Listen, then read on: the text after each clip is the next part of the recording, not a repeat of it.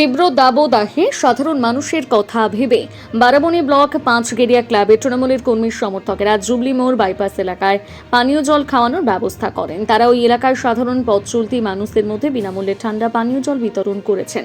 এদিন এই ক্লাবের পক্ষ থেকে এক কর্মী জানান, তারা সকলে পাঁচগেছিয়া ক্লাবের তৃণমূলের কর্মী সমর্থক। বারাবণীর বিধানসভা থেকে তৃণমূলের প্রার্থী বিধান উপাধ্যায় নমিনেশন ফাইল জমা দিতে গিয়েছেন। তিনি 3 বারের বিধায়ক। মুখ্যমন্ত্রী মমতা ব্যানার্জি পুনরায় বিধান উপাধ্যায়কে বারাবণী বিধানসভা থেকে মনোনীত করেছেন এবং তিনি নমিনেশন ফাইল জমা করলেন। আমাদের ঘরের ছেলে বিধানদা নমিনেশন ফাইল করতে যাচ্ছেন। ওই খুশিতে আমরা সবাই সাধারণ মানুষের জন্য ঠান্ডা জল সবাইকে খাওয়াচ্ছি। 100% জয় নিশ্চিত, জয় হয়ে গেছে, আমাদের জয় হয়ে গেছে, জয় হয়ে গেছে।